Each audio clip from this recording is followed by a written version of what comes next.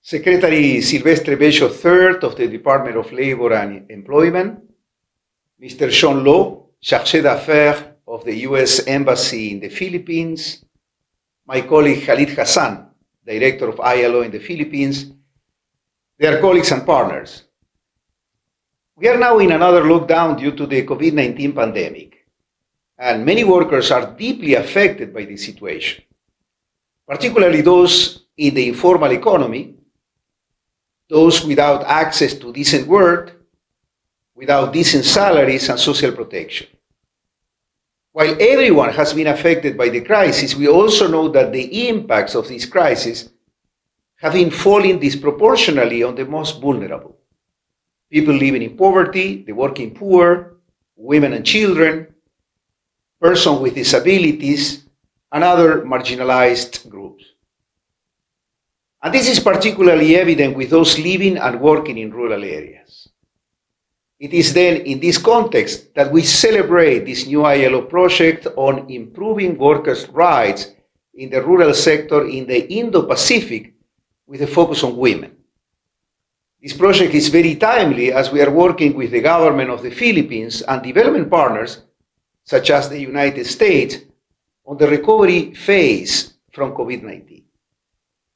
This project aims at improving and promoting compliance to labor laws, occupational safety and health, and of course, gender equality in the rural sectors of agriculture, fishing and mining, here in the Philippines and in Indonesia.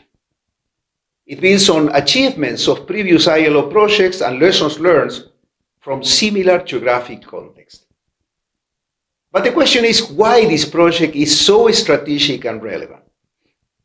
We know that today around 46% of the world's population lives in rural areas, where 89% of agricultural employment is based. And in the Philippines, 9 million Filipinos work in the agriculture, fishing, and mining sectors. If we look more in details, we then discover that 22% of those workers are women. Women account for a substantial proportion of the agricultural labor force and performs the bulk of unpaid care and domestic work with families and households in rural areas.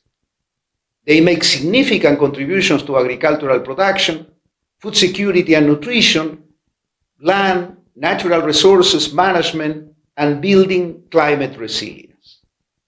But despite such contribution, women rural workers suffer from poverty. So promoting social justice, human and labor rights is critical to ending poverty. This is recognized in the Decent Work Country programs of the Philippines and the UN Socioeconomic and Peace-Building Framework for COVID-19, which serves as roadmaps for the work of the UN in the Philippines.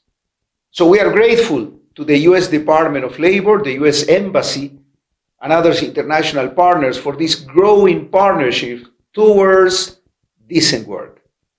So let us seize this opportunity to build a better future of work, especially in rural sectors, a future that is human-centered and leaves no one behind. So thank you so much, and my best wishes for the success of this new project.